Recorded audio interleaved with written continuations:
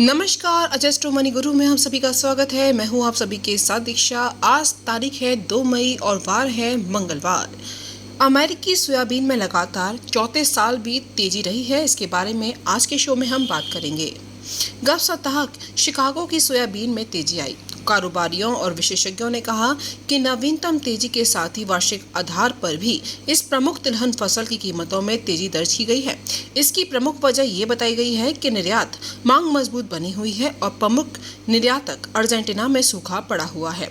इसकी वजह से अंतर्राष्ट्रीय तिलहन बाजारों का सारा ध्यान आपूर्ति पर टिका हुआ है।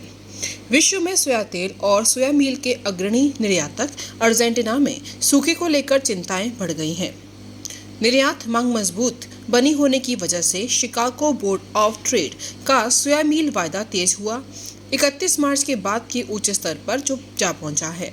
सप्ताहांत में जनवरी, मार्च और मई सोया मील अनुबंधों की कीमत में नए रिकॉर्ड उच्च स्तर पर जा पहुंचे थे। कारोबारियों का सारा ध्यान अर्जेंटीना में मौसम के पूर्वानुमानों पर टिका हुआ है। इन अनुमानों में कहा गया कि आने वाले दिनों में तापमान ऊंचा बना रहने और हल्की फुल्की बरसात हो सकती है। वहीं इसके साथ साथ बिजाई में भी देरी होने की आशंका जताई जा रही है। ब्यूनस आयर्स ग्रेन्स एक्सचेंज ने कहा कि यदि आने वाले दिनों में होने वाली बरसात से बिजाई का काम बाधित होता है तो इस बार देश में करीब 5 लाख हेक्टेयर में सोयाबीन की बिजाई होना मुश्किल हो जाएगा। वहीं एक विशेषज्ञ ने कहा कि वास्तव में सोयाबीन बाजारों में तेजी केवल मौसम की वजह से बनी हुई है। दोस्तों, हमारे चैनल को लाइक करना, सब्सक्राइब करना ना भूलें, जिससे हम आपको देश और दुनिया की सारी खबरें दे सकें। यही उन्होंने आगे बताया है कि यहाँ तक कि अगले वर्ष का संबंध है तो मौसम तब भी एक बड़ा सवाल बना रहेगा। उन्होंने कहा कि महत्वपूर्ण सवाल ये है कि वर्तमान ला नीना मौसमी चक्र कब एल नीनो में परिवर्तित होगा, ताकि इस दक्षिण अमेरिकी देश और अमेरिका में वर्षा सामान्य से अधिक हो सके और अमेरिका और अंतर्राष्ट्रीय स्तर पर स्टॉक को पुनः बढ़ाया जा सके। निवेशक लगातार विश्व में सोयाबीन के सबसे बड़े आयातक चीन की मांग का आकलन करने में जुटे हुए हैं, क्योंकि कोविड-19 की पाबंदियों के हटाए जाने के बाद भी संक्रमण के मामले लगातार बढ़ रहे हैं। ऐसे अनुमान जताया जा रहा है कि अर्थव्यवस्था में अगले वर्ष ही सुधार हो पाएगा। शारदीय तूफान द्वारा अमेरिका में गेहूं की फसल को हानि पहुंचाने जाने की आशंका की वजह से सप्ताहांत में गेहूं वायदा में भी तेजी आई थी, जबकि तकनीकी बिकवाली की वजह से मक्की वायदा में मंदी तेजी दर्ज की गई थी।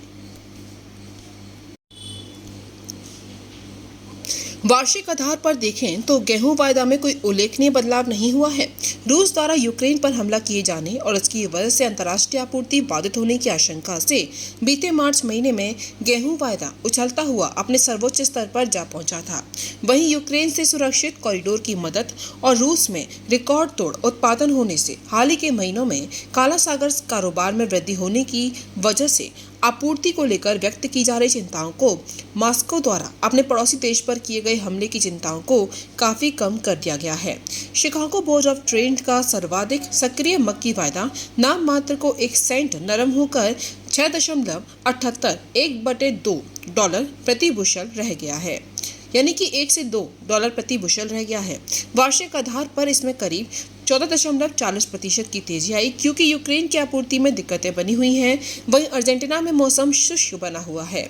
सप्ताहांत में सीबोर्ड का सोयाबीन वायदा 1 से 2 सेंट तेज होकर $15.24 पर बंद हुआ। वार्षिक आधार पर इसमें करीब 13.80% की तेजी दर्ज की गई है। इसी के साथ इस प्रमुख तिलहन फसल की कीमतों में लगातार चौथे वर्ष में तेजी आई है।